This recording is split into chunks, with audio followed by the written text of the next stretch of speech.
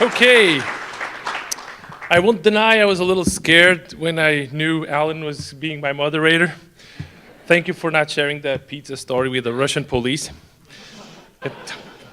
Anyway, so we've been down to São Tomé, which is in West Africa. As you know, we've mostly been collecting in Peniche, in mainland Portugal, and in the Azores since 2006. And because São Tomé is a Portuguese-speaking country, and we have very close ties, cultural ties with them, we decided to go there and give them a try and see, what we could do with those folks. São Tomé, again, is a Portuguese-speaking country. It's right on the equator. I mean, literally on the equator. You can get that classic photo of you with one leg in the northern hemisphere and the other in the southern, which we did, of course. It's volcanic in its origin, and it's beautiful. It's a beautiful country. There's very, very impressive rockwork when there's all these magmatic intrusions. There's just really dark basalt rock all over the place. It's really, really cool. So either from land or from the water, you can actually get these really cool pictures.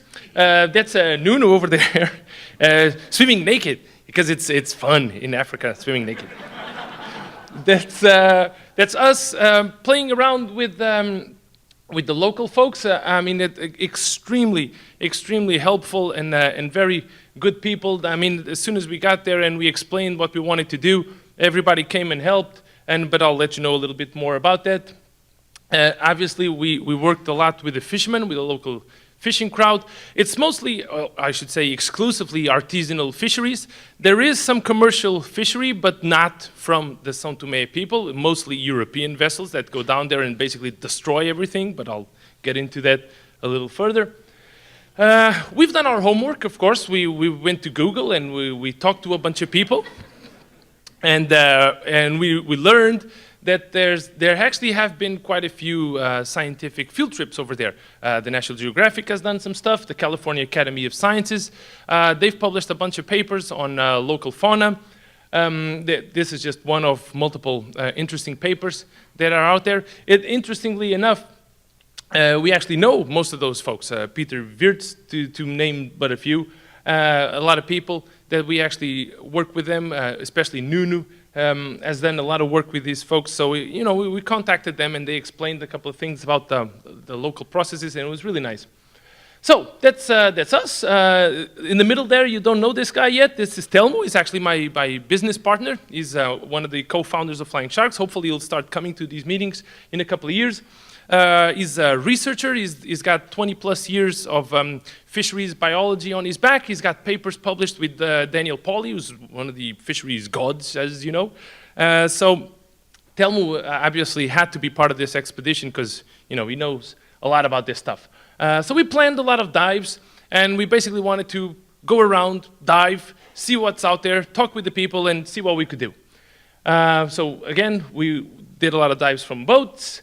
We did some dives from land as well, very, very simple conditions, but we managed to establish a couple of good deals with a local dive shop. So we did a lot of fun things. We left from the beach every now and then. We did some freshwater dives as well, which is a little scary. Nuno can tell a few cool stories about that. Not very good visibility as it happens with these things. But some cool stuff. We got a lot of photography done, underwater photography. In fact, we're helping the local government prepare a catalog, a book, in fact, of the local species. And these are just a few of the many, many very, very cool species we've seen out there. This one over here is particularly cool. We knew about this guy.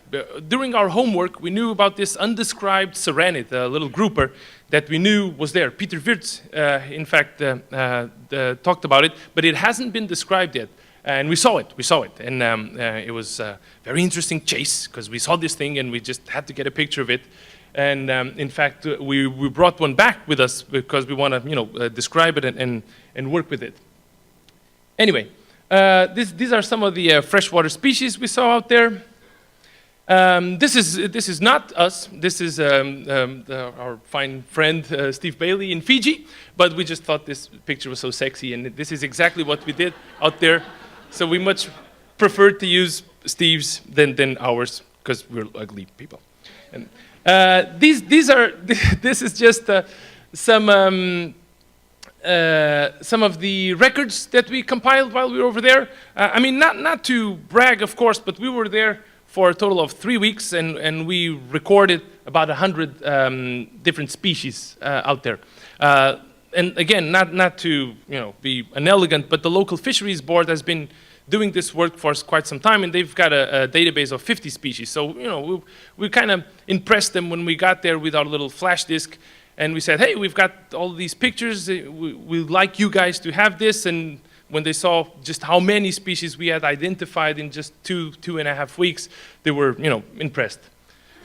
So then, of course, it was time, while taking pictures and all that, we got in the water and we collected some fishes. We released them. We only brought a handful back, which I'll show you in a bit. But we wanted to see how they behave, which are the easy species to catch, which ones are hardest.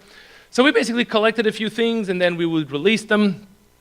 I got a cool video here in the corner that I'll show you, just us collecting a soap fish and then releasing it. Let's see how we go. There we go.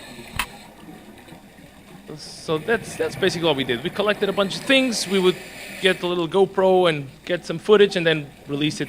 We just wanted to get a feel of how hard or how difficult, how easy it would be to collect. These soapfish are easy. I will admit that soapfish are not hard. So then it was time to look at fisheries, what's happening out there. So we started by going to the local market. We wanted to see what was happening. There's some invertebrates, there's a lot of fish, of course. And then after the markets, we also went into the beaches. The markets were okay, you see a lot of different species, and these things are being sold for restaurants, for people. But the beaches showed us something scary, very, very scary. Very, very small fish. These guys go out there with nets, and they basically land their catch on a tarp, exactly as you see there. And they're very small. I mean, a lot of these fish are the size of this clicker right here. They're 3-4 inch long. There's very small fish. These are boxfish. They're not even edible, but they're landing these things.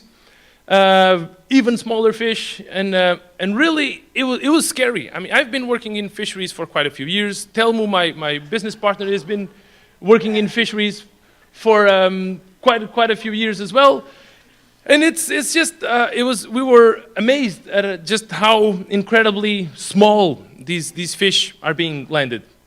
So fish stocks over there are basically beyond depletion. I mean, it doesn't even qualify as depletion because these things, again, are being landed so incredibly small, mostly because the local fishing community, they've got these really small engines, so they can't really drive their boats that far from shore, which basically means that the area that's fished around the island is very, very narrow, and it's just depleted like crazy. And if you go out, then you've got the European trawlers that are basically making sure that everything out of that area is depleted. So it's a very, very scary scenario. So that's what we saw out there on the beaches. Again, all of these fish, I mean, they're being collected way below their maturation size. They haven't had a chance to breathe yet, which is bad, of course. So what can we do? We were talking to these guys, drinking beer with them, and we were like, geez, I mean, what can we do about this? And certainly we've had a few government meetings. I'll tell you about those in just a few minutes. And certainly one thing is, a couple of marine protected areas. They've actually been thinking about this for quite some time, and we're trying to promote a couple of marine protected areas over there where basically you can create a spillover effect. Those fish are protected there, they can breathe, and then they'll spill over outside. The other thing, of course, is you can try to build up their engine capacity so they can move further from shore. But then, of course, if you do that, you're only going to extend your problem. So you have to make sure that by giving them more boat capacity, you can't have more boats in the water. Otherwise, you're just, augmentating the problem, which is not good. So went to the local market also to understand the socio-economic, just how important is fisheries to these folks, and it's critical, basically. It's their livelihood. So it's all very fine for us, Westerners to get out there and say, oh, this is overfished and these guys should stop. Well, but they'll die. So you have to come up with some sort of a solution that doesn't kill people. So obviously, which is a good type of solution, I suppose, the one that doesn't kill people. Obviously, we want to work with these guys. We want to convert some of these fishermen to, we want them to stop working with dead fish and start working with live fish. But we have to be extremely careful when doing this, because otherwise, everybody in the island, it's a very small island, it's got 200,000 people, and everybody knew we were there. So everybody's going to go out there and collect live fish, and we're going to be, in our hotel room and people knocking on our door with live fish in buckets. And we don't want that, of course. So we have to be extremely careful. So we're actually talking to a lot of people, local government, local folks, fishermen, and we're trying to come up with a way to do this in a way that's positive, in a way that's actually going to solve problems and not create more problems, of course. So there we go. We'll have to treat this very, very carefully. We mingled with the locals. It was really cool. We had a lot of beer. We played some foosball. We won a couple times too, which is impressive. And we had a lot of meetings with local NGOs. These are the guys from Marapa. Marapa is the largest NGO over there. They mostly focus on turtles, but other things as well. And their work is really cool. They're basically trying to shift these commercial turtle fishermen from killing these turtles and rather have them take tourists, watch the turtles nest and all that stuff. So of course we're trying to help with that and build up on that. We had a few institutional meetings. We were very underdressed for our first meetings. We thought, it's a relaxed country. We don't have to worry about that. Well, we were wrong. We got shut down, so we had to go back to our hotel room and dress up and look really cool. And then all doors opened, and we had all sorts of meetings, looking really sharp. The Department of Veterinary Services, the one before, was actually the Fisheries Board. We had a lot of meetings with those guys. We really want to work with them. We went to the Prime Minister's office. We had the meeting with the Prime Minister. We asked the Prime Minister to take a photo with him, and he was very polite, and he said, no, let's not do that. So, but we got a picture. As soon as the meeting was over, we made sure there were no cameras, and I shouldn't probably say this in the presentation that's going to be recorded, but who cares? Anyway. So we talked with local suppliers, and they were a little surprised when we explained what we wanted to do. We were trying to find oxygen and equipment and things, because again, as we've done in mainland Portugal and in the Azores, we want to work with the local community. We don't want to show up there with a container, 40-foot container, just loaded with gear. We want to buy everything local. We want to get these guys to order stuff that comes in, and we want to put some money in the local community, of course. Freight agent, we're working with this guy. Wilson Moraes is awesome. One of the best freight agents I've ever worked with. This is a joke for the Quentin Tarantino fans out there, the Django Unchained fans. This guy, I swear to God, I was telling him, and not, I swear to God again, not being patronizing or anything, I told him, you have to come to Portugal and teach the freight agents we work with in Lisbon how to do their jobs, because this guy was awesome. We exported the box. He was out there in the airport at 4 a.m. with us. He was helping us pack. Absolutely awesome guy.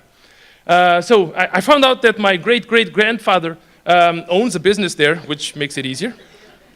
Permits. We had so many meetings with the government. The whole process was it was smooth. It was very fluid for us. They gave us permits to collect, to ship, to transport, to export, to do everything we needed. So we actually got a permit to export one box. We wanted to do one box and see how did the process flow, and it actually flew. It flowed pretty nicely. So we went out there. We caught a couple of fish. It was actually not this fish, but we got that saranid I was telling you about, the undescribed species, and a couple of others, but we got a couple. And then we got a moray eel, a couple of things that we just brought back, and we set up a little holding station by the dive club, which was that was a little heavy, but I like to take pictures. Plus, I have a herniated disc, and so So then we bagged everything. Again, we had the local community, you know, just playing with us. We explained everything we were doing, making sure everybody was happy and everybody understood what we're all about. You know, we want to move these fish to public aquaria around the world. We want to promote São Tomé exhibits throughout the world and put some money in the community. And this is our very first Flying Sharks box coming from São Tomé. So that's it, you know. What can I say? There's a large number of interesting species out there. We established really good relationships with the local government, with local NGOs, and we want to do, you know, all these things conservation related with them, promote ecotourism, promote marine protected areas, work with the local community, research projects. Again, like I said, we're working on helping these guys set up a book. This is something that they've been wanting to do for years and years, and then we basically said, well, that's easy, you know, we'll start working on it. Nuno is working on it already. He's like 3/4 done with this São Tomé book that we're going to do. Collections, of course, and this I think is really cool, is you know how we have the Flying Sharks Research Fund, right? Like we get our clients to contribute with a small percentage of their invoice, and that's used for research. And what we've told the local government, and they thought was a cool idea, is all orders for São Tomé fish will basically, that research fund fee will stay in São Tomé. It'll be used by the local population. So that's it. Thank you so much for your time and the RAW Program Committee. And have a great meeting, everybody.